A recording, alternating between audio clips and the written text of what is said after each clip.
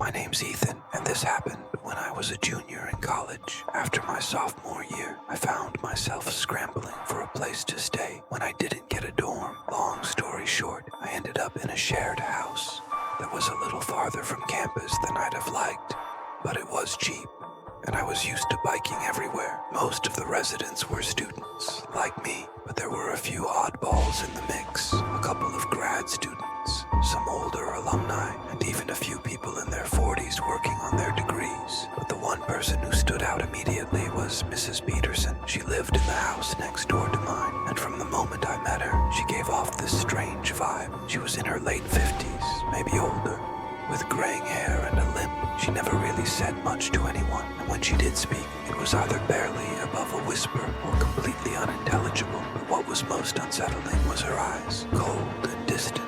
She looked like she was lost in thought, but something about her presence was off. The first time I really noticed something was off with her was when I was cooking in the shared kitchen one evening. Most of the house was gathered there, talking and making dinner, but Mrs. Peterson was standing in the corner, not cooking, not eating, just watching. No one acknowledged her, not even the people who lived in the same house as her. It was like she was invisible, and yet I couldn't shake the feeling that she was watching me. Later that week, I saw her again. I was sitting in my room doing some homework when I glanced out the window. There she was, standing in the middle of the street, staring up at my window. I couldn't tell if she was looking directly at me or just at the house in general, but I couldn't help but feel like she was staring right through me. Without thinking, I waved at her. Instantly, I regretted it. She didn't wave back. Instead, she jumped up and down a few times, almost like she was excited, and then she ran back to her house. I felt a shiver down my spine. I had confirmed she knew which room was mine. That night I asked one of my housemates about her, but all he said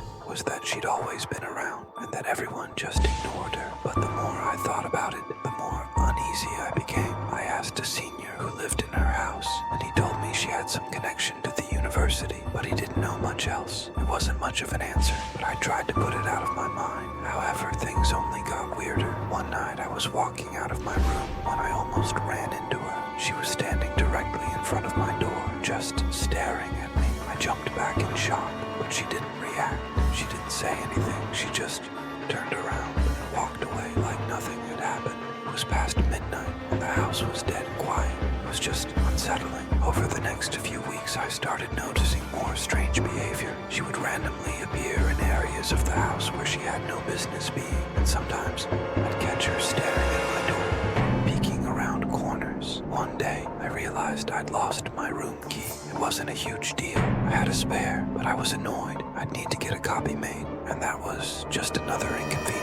A few nights later, I woke up in the middle of the night. There was a soft sound coming from my closet, like something shifting behind the door. I wasn't the type to freak out over nothing, but something about this felt off. I quietly got up and walked toward the closet, my heart pounding. I ripped the door open, and there she was, Mrs. Peterson. She was standing there, holding a knife in one hand, my tie wrapped around her neck like some kind of sick joke. Before I could react, she lunged at me, the knife outstretched. I was able to wrestle her to the ground and disarm her, but it was terrifying. I screamed for help, and luckily, some of my housemates heard me and rushed down the hall. One of them, Alex, helped me hold her down until the police arrived. They arrested her on the spot, and we later found out who she really was. Turns out, Mrs. Peterson was actually the property manager's estranged sister. He had been letting her stay in one of the unoccupied rooms, claiming she was safe. She had severe mental health issues, and instead of getting her proper care,